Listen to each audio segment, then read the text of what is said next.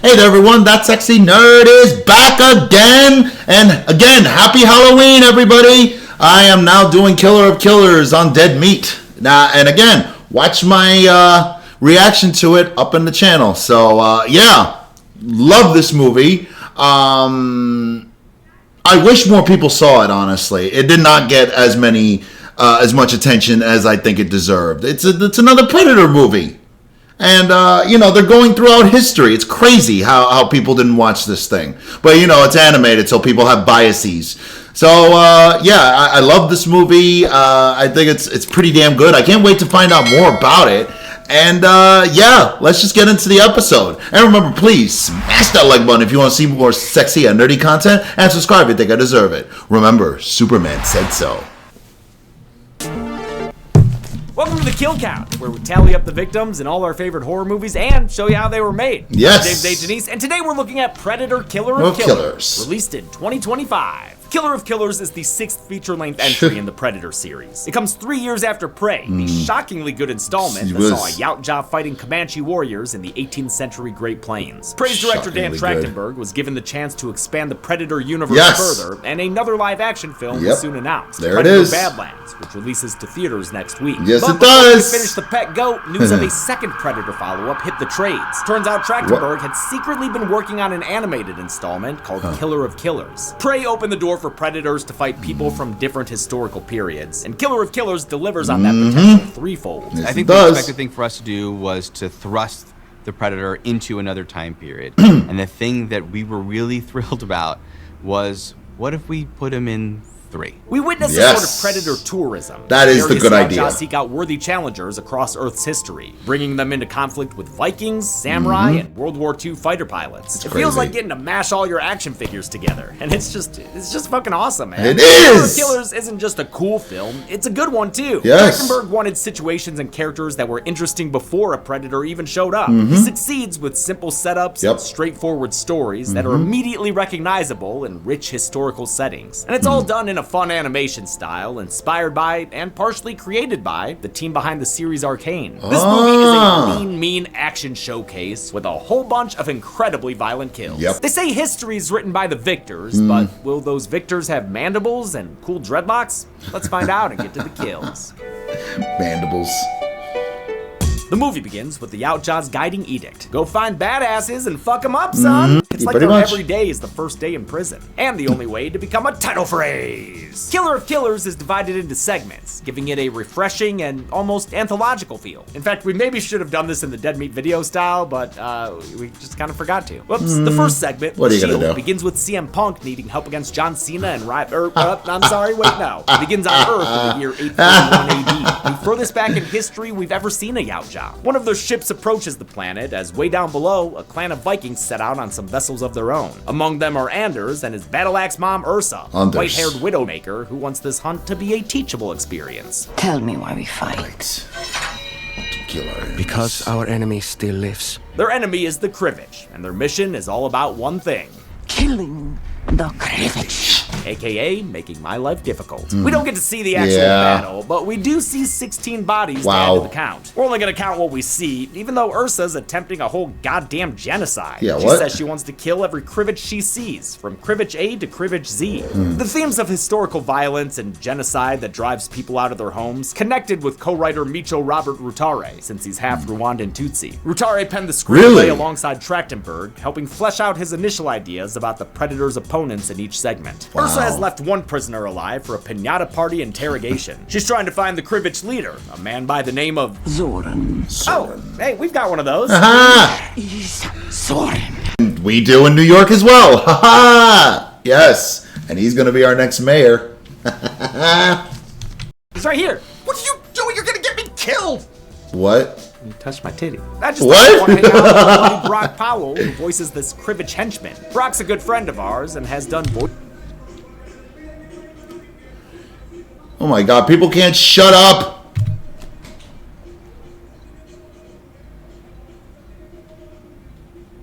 Out with your buddy Brock Powell, who voices this Krivich henchman. Brock's a Really? good friend of ours and has done voice work for Dead Meat before. Oh. Yeah, critters! The hench Krivich tries to be tough, but Ursa's gonna hack him apart. I mean, she's got an army, and she'll teach Anders how to act like a man. But even though she tells Squirt to get to killing, he can't do it, so she handles business by cutting the dude in half at the waist. Seems like a good reason to worry. Ursa is voiced by Lindsay Levanchi, who appeared in the Scream MTV series, while Anders is voiced by Damien Haas. He's best known to internet folk as a cast member of Smosh, and he's also helped Chelsea a ton in her voice acting career. Thanks to help motivate Anders, that night Ursa explains their family's history with Zoran. When she was a little girl, Zoran and his men slaughtered her people, pushing them out of their land and adding at least 5 Vikings to the kill count.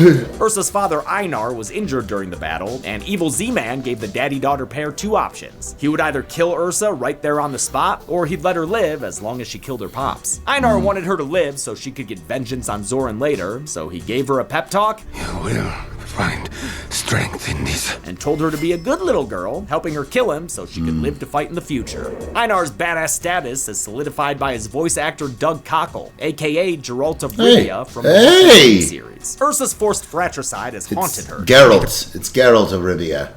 Her the bloodthirsty monster she is today. What she doesn't know is that there's an even bloodthirstier monster watching from afar. A big bad Pretty Man who's been tracking them since the battlefield. Pretty Daddy. He's still browsing in incognito mode because he hasn't yet found an alpha worthy of fighting. In the morning, the Vikings make their way to Zoran's stronghold full of Krivich. The Krivich were an early Slavs tribe, and yes, our Zoran is also Slavic. But his lineage is Southern Slavs, since his family's from Serbia. The Krivich were East Slavs, closer to Russians and Ukrainians. Though the segment isn't based on real historical figures, it was inspired by the conflict between Varangian Vikings and local Slavic populations. Ursa knocks on the front door with nothing but her shields. They serve her just fine, decapitating one Krivich clansman, kicking off a very violent 1.5-minute long one-take. During it was great. 50 kills by going frame by frame and including anyone slashed with a blade. 50! Anders gets a kill counted when he takes a dude out with a spear. Most of the kills came from Ursa running amok with her shield, which provided a lot of good creative carnage. A few kills came from her lieutenants, the wolf head wearing Gunner, the big old beardy Ivar, and the crazy lady Freya. What a gang of lovable misfits. What is he using? Dudes who just got tossed aside or hit with a blunt object like a spear pole, but I did count all 13 guys who got crushed by a falling tower, and made sure not to double count them when Ursa double tapped a few. The final kill of the sequence is a bookmark to the first, another badass shield decapitation. While an animated Wonder doesn't have the same challenges as live action film, this is still an impressive feat of choreography and pacing. Yes, it is. Also like render time, probably. Killer of Killers was animated by The Third Floor, whose CCO Josh Wasung also served as the movie's co-director. The studio was normally known for pre-visualization. Killer of Killers marked their first foray into full-scale feature animation. Instead of working in industry standard programs like Maya or Nuke, Killer of Killers was created entirely in Unreal Engine using a custom real-time animation pipeline. Unreal, Over 100 artists worked on this thing at the same time. What? One of their biggest inspirations was Arcane, whose lead animator Stephen J. Meyer was brought in as head of character animation. Good. Similarly to recent movies like Into the Spider-Verse, much And of Puss Killer in of Boots. Killers was animated on twos, meaning characters had one pose every 2 frames. It's a style that harkens back to stop motion and older animation studios, who shot on 12 frames per second instead of 24 to save time and money. But it was all really as an effort to nod to historic, history of animation, but also so that we could pause it any given time, have no motion blur, and for it to look like the whole thing was illustrated and painted. That's amazing. The animators switched back to the more traditional one pose per frame for more action-oriented scenes, like major fight scenes and specific vehicle and camera movements. With his men dead, the only one left is Zoran himself. Ursa makes her grand entrance. My name is Ursa, daughter of Einar. But Zoran says he doesn't even remember anyone named Elmer, and basically tells her to get back in the kitchen. His words seem to rattle Ursa, but no worries, because Anders is able to step up and step in to defend his mom. It's a pretty sweet moment as far as violent Viking revenge killing. And then... What a sweet young son Anders is. And when then... you beat the man, you then be the man. So Hello. his victory was cut short by a sonic boom sucker punch. The Predator has finally found an alpha.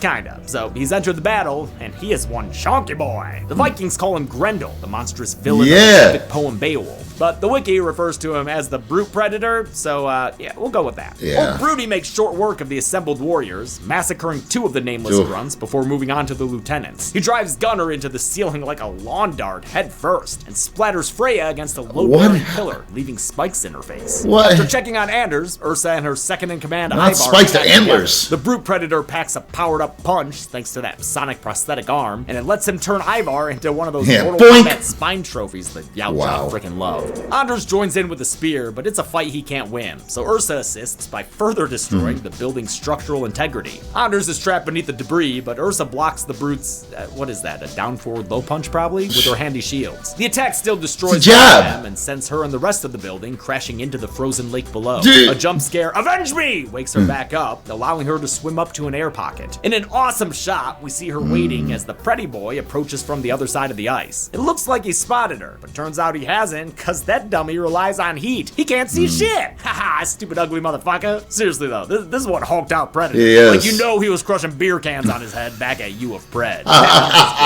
You know this guy went to Predator State. Yes, Ursa yes, there it west is. And recovers among the Viking ship. Or Predator CLU. I'm not very inventive.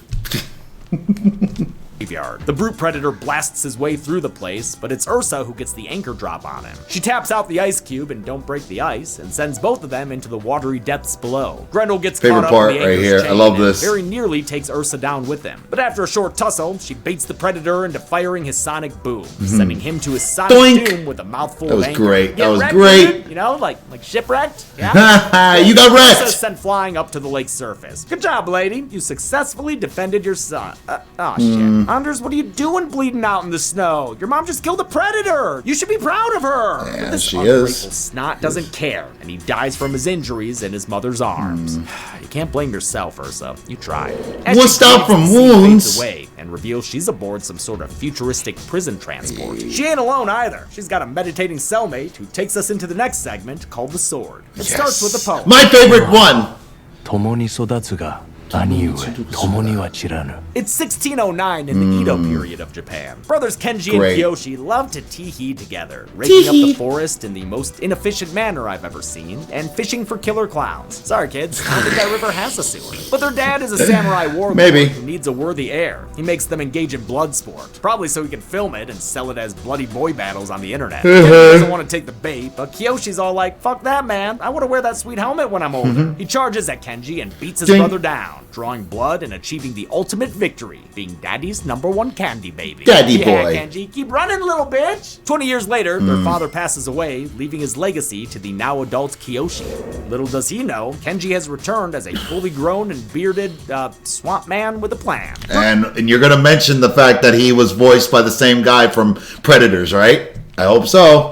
During the funeral ceremony, Kenji infiltrates his brother's castle and neutralizes Jesus. a patrol guard with a blow dart. I'm gonna make a call here and say it was non-lethal. Any ninja experts, feel free to dispute it in the comments. That's called engagement. Well, I don't Unbeknownst know. to Kenji, another intruder is already here. There it is. Assassin Yautja, who, according to the Predator Hunting Grounds What? mobile game, is What? called the Oni Predator. He takes his Oh. nickname from the Japanese Oni, a cannibalistic Oh. monster roughly equivalent to a Western ogre or troll. I had no Onis were idea. all over the first season of Fortnite's latest chapter, and the Oh. namesake of my beloved Oni shotgun. How I miss your range! Kenji's spotted by a guard, but he grapples him before he can ring the alarm. A fight breaks out with the Watchtower's other guards, and Kenji has to use his skills to keep things silent He does and mostly pretty bloodless. well. Dude is multitasking to the max, catching one samurai before he falls over the side while blocking a hammer strike with another one's head. He knocks out the remaining two with a headbutt by proxy, but his stealth mission fails when a guy in another tower sees him and sounds the alarm. With his cover blown, non-lethal goes out the window, starting Bye-bye. with this one guard who goes over the edge. Although I am gonna assume his buddies at the bottom are okay.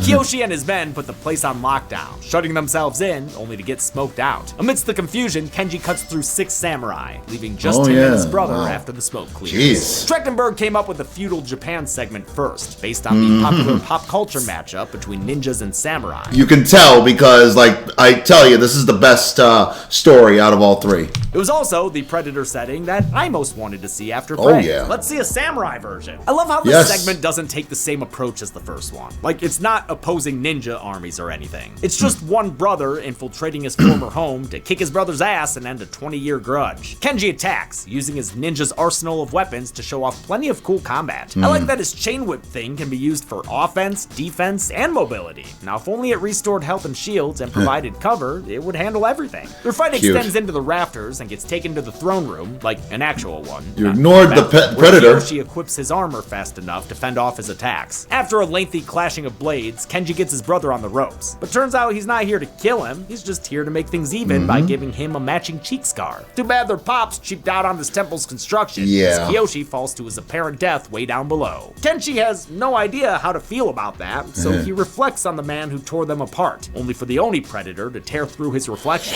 clawing out his papa's mouth and into the fight. Kiyoshi's remaining guards have been trying to break in, so Kenji opens the door and feeds them to the beast. One guard is quickly dispatched with a Billy Hitchcock decapitation. His buddy gets pinned to the wall by the Predator with the same chain weapon. The last guard tries to flee, but gets impaled by a spear that opens up to cut him in half. Hell yeah!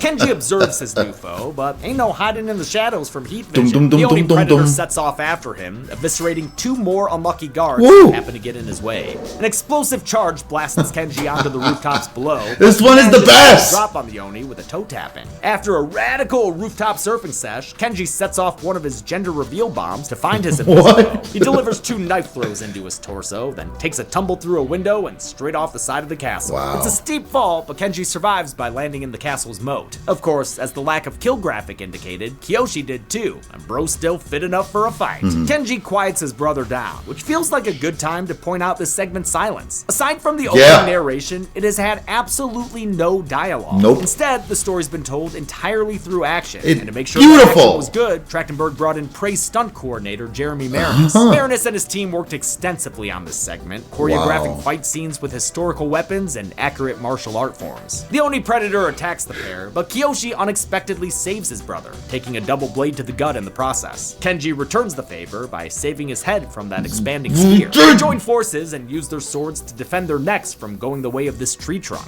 I love the chainsaw-like effect the grappling chain has when it cuts straight through it. Right? Kenji stabs the Predator in the arm. It's the causing best him to fight! miss Kiyoshi and spill his explosive goodies on the ground. The Predator eventually sword fights Kiyoshi to submission, but when he grapples with Kenji, his crane game pulls back the wrong kind of prize.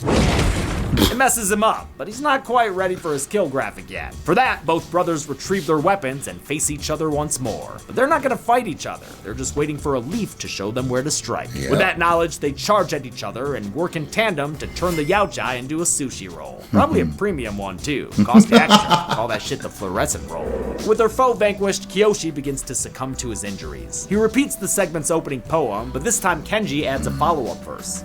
されど一人ではござりませぬ一人ではござりませぬぞ弟よ It Both hurts, brothers are man. voiced by Louis Ozawa, who Yeah. previously played Yakuza Yeah! 2010's Predators. In fact, these brothers may be part of the same family line as Hanzo. Probably. That is to be believed. And the internet never lies. With their relationship, Yeah, no, seriously, there are a lot of fucking hints for that. I think I mentioned that in the other video, but he finds an ancient sword in the Predator thing. So there's a good possibility that Predators happened after this movie and they found his sword. Maybe they didn't make it out, unfortunately. reconciled, Kiyoshi sadly dies beside his brother.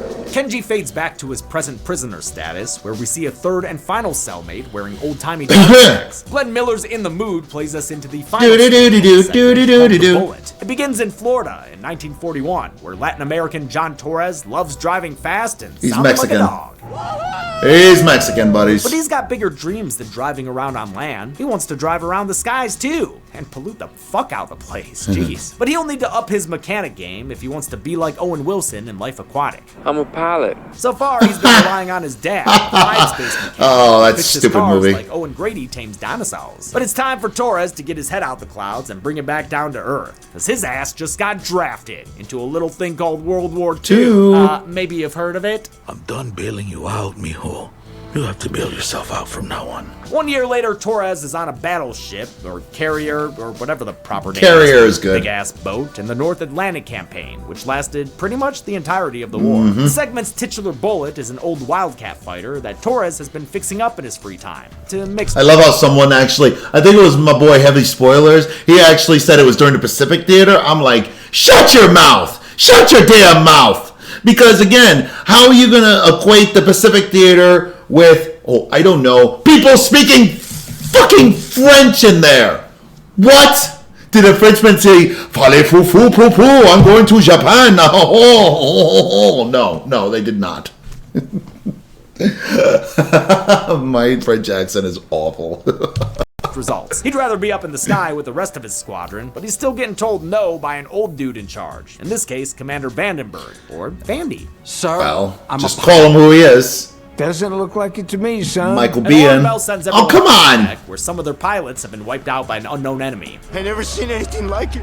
It's in the sky! It's in the sky! Vandy takes their squadron, the Texas Aces, to meet their airborne adversary. Torres stays behind to examine the mysterious weapon that brought down their planes. It's seemingly impenetrable until he hits it with heat. Then it nearly kills his garage buddy Delgado. Yeah, and drags Delgado! him to parts unknown. Torres isn't sure what they're doing. Eddie's with, Delgado! It sure ain't good. Unfortunately, to parts unknown. Torres isn't sure what they're dealing with, but it sure ain't good. Nope. Unfortunately, there's no way to radio a warning to the Aces, who are currently in a dogfight with French fighter planes. If you're wondering why the US are fighting the French here, it's because they're Vichy fighters, French collaborators of the Nazi government Yep. after the invasion of France in 1940. You know, little bitches. This airfield Yes. is shown in bits and pieces, but we do see at least one Vichy plane get shot down by the Aces. Meanwhile, Torres decides to deliver the warning himself in the bullet. He fixes it up best he can, but it's not until he remembers his training that he's able to use the Force and become one. Upon launch, Yeah, seriously. He mistakenly believes itself to be a boat. This guy's a But eventually Jedi. gives the craft a reminder of its airborne abilities and takes to the sky. Hey, listen, Disney owns both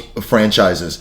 Imagine if he legit has Force powers. It kind of seems like he's slightly like a Jedi. I don't know. Maybe his father was the same way. There was a Jedi that just escaped to this dimension and was like, oh, I don't need to use the Force here.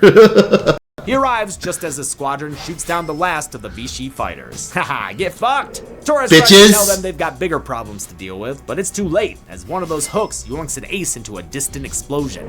We don't see the scale of their enemy until another fighter crashes into their cloaked assailant. A giant Yautja fighter ship. Oh man, this is the Tantive 4 versus the Devastator all over again. The craft is helmed by a predator who looks like a goddamn space pirate. Seriously, great. this dude could have been in Disney's Treasure Planet. Yeah. Various Yautja, Trachtenberg brought on effects artist Alec Gillis as an advisor and designer. Gillis previously did practical effects for Prey, but was excited to work on an animated film, since it meant his designs weren't limited by the need to fit a human performer. And probably Trachtenberg wanted easier. to expand the world of Yautja and showed that this species is just as varied as human beings. He wanted to avoid the Star Wars trope, where, for instance, all the Wookiees on Kashyyyk look like Chewbacca with little variation. Yeah, No, they that's don't. fine, dude. As long as Yautja still get to celebrate Life Day and watch VR porn or whatever Itchy was up to. We've seen the Yautja use more advanced tech than hate their that foes movie. before, but it feels especially unfair Whatever. here as this pilot trumps the Aces. He disassembles one plane with a hook Life that Day. yanks its pilot straight out the cockpit in an awesome shot. Yes. I remember they used this shot in the trailer, and it was hype.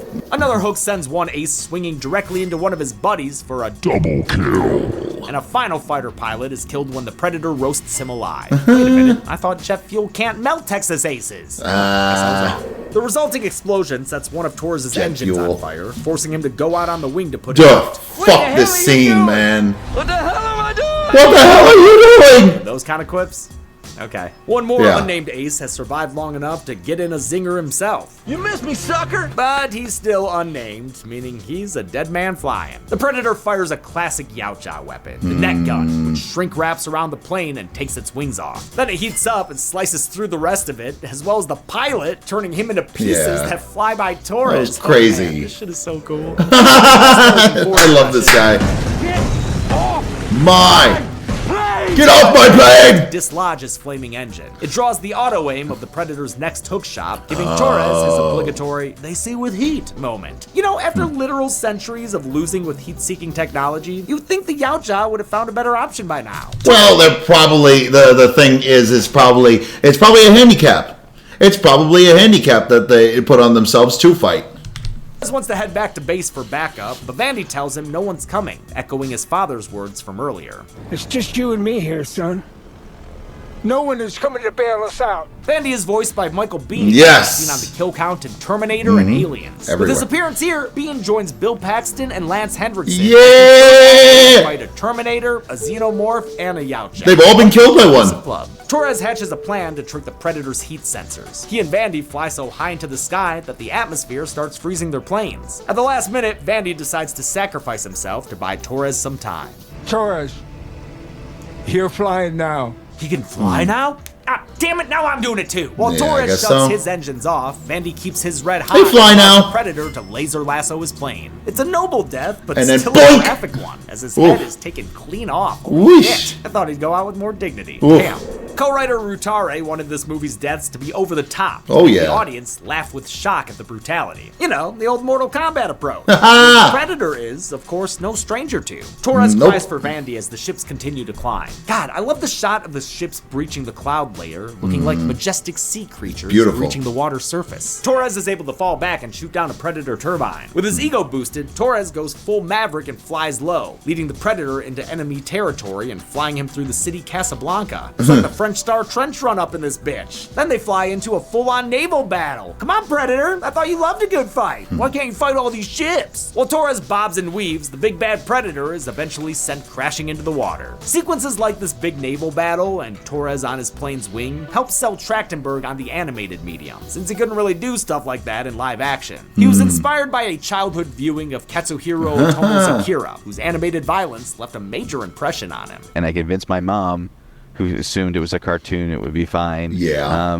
To buy it for me, and my mind was absolutely blown away. Unfortunately, it takes more than a simple crash Well. to keep a good Yautja down. The ship rises I up love like that. an invisible shark, which is probably the plot of like Sharknado 7 or something.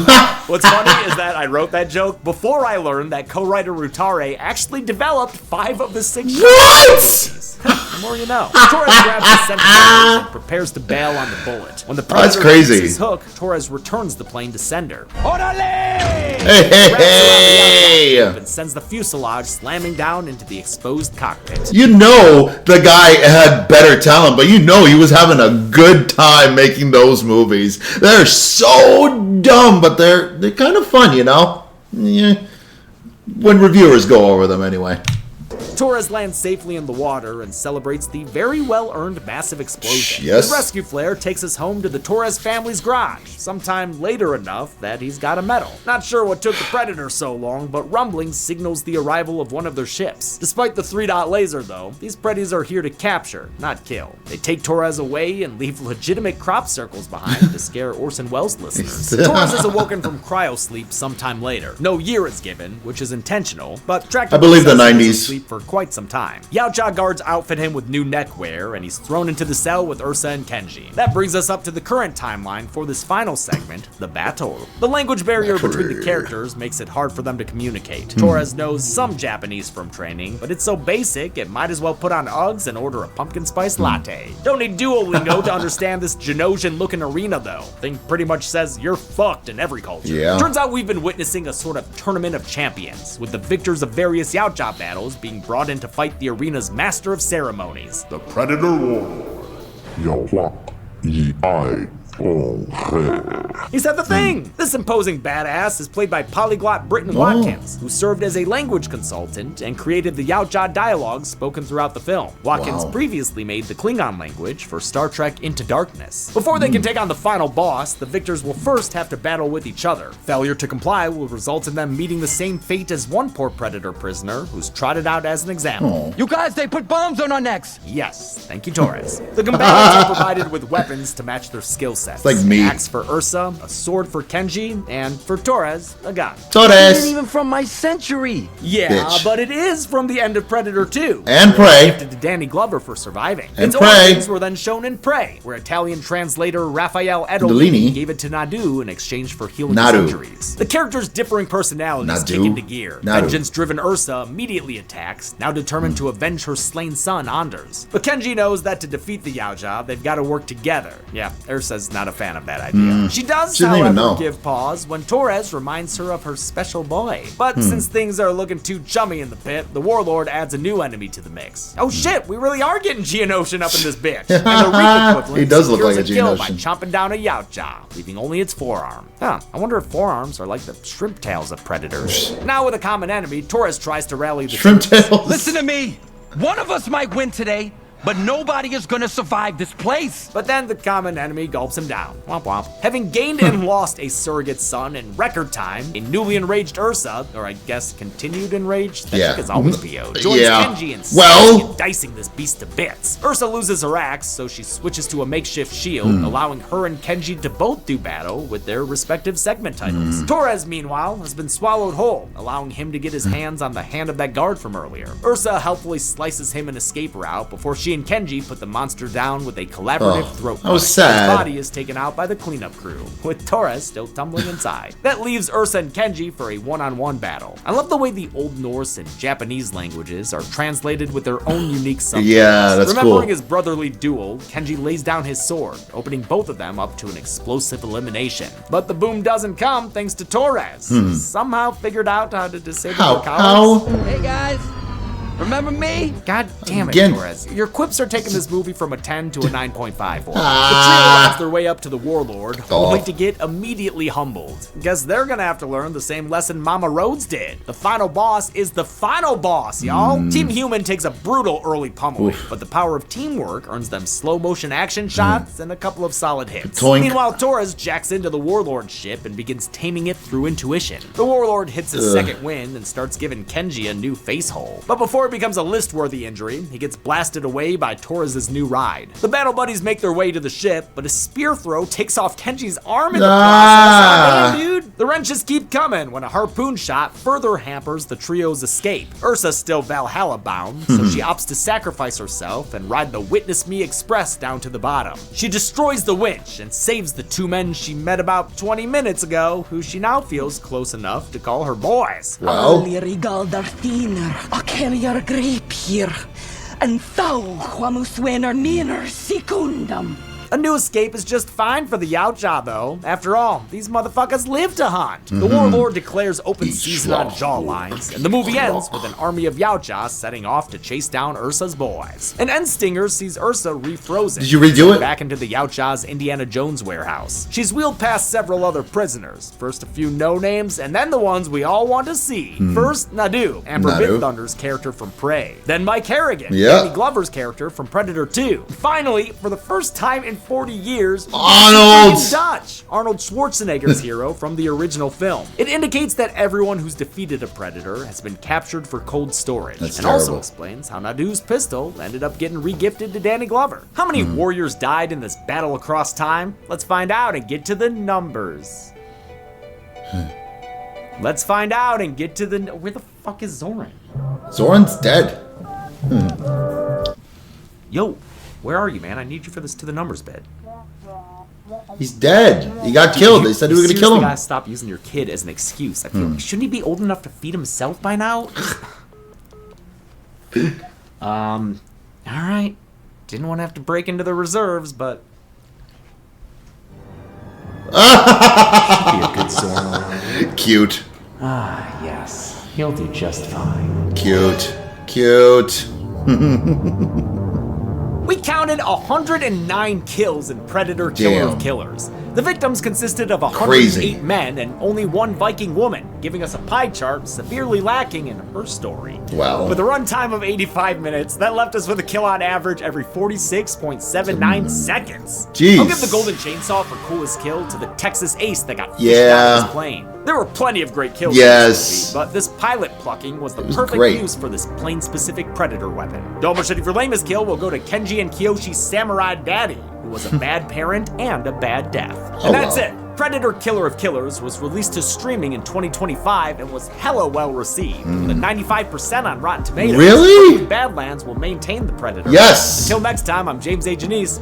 This has been the kill count. On the next kill count. Which You've one? lost all your loca motivation? Do you feel like your life the game? is off track? Perhaps running out The of hell is steam? this? And I'm far overqualified for the pay I'm supposed to receive. Well, then you should consider a job at the Charles Mining Company. Trust me, What is this? make time for this. Enjoy the natural beauty of the remote island of Aranirum. Although, you'll need to be wary of Barry. Get to know the friendly and not crazy locals. I They- need my pickles! Because at the Charles Mining Company, we provide thorough training for all new... Oh, God! Why did I say train? Oh, He's what? coming! He's coming! What the? It's him! It's him! Quick! Earl the opens if you gather his eggs and put a stop to this! Find the eggs. Yes, the train lays eggs. There's no time to explain because this week you need to ride the rails and defeat What the is beast known this? as Choo Choo Charles. I hope you're ready for a little monster hunt. Then on Friday, it's all aboard for the kill count, only on Dead Meat. I don't even know what to say to that last segment. Jesus. What the hell? Why does the train have legs and lay eggs? I'm scared. I know it's Halloween, but I'm scared and I'm wearing a Superman suit. Fuck. Yeah. Amazing movie, amazing time. I love it. I love learning about all the things. I do believe, though, I never saw, actually, you know what? I never saw that ending. I tried watching it again, and that scene didn't show up. Like Dutch and Hannigan didn't show up at the end. I don't know why. But, you know, what are you going to do? But anyway, did you like the review? Let me know in the comments below. And please, smash that like button if you want to see more sexy and nerdy content. And subscribe if you think I deserve it. And remember, sign up for my Patreon for all my latest reactions to all my latest videos. And I'll see you all in the next episode.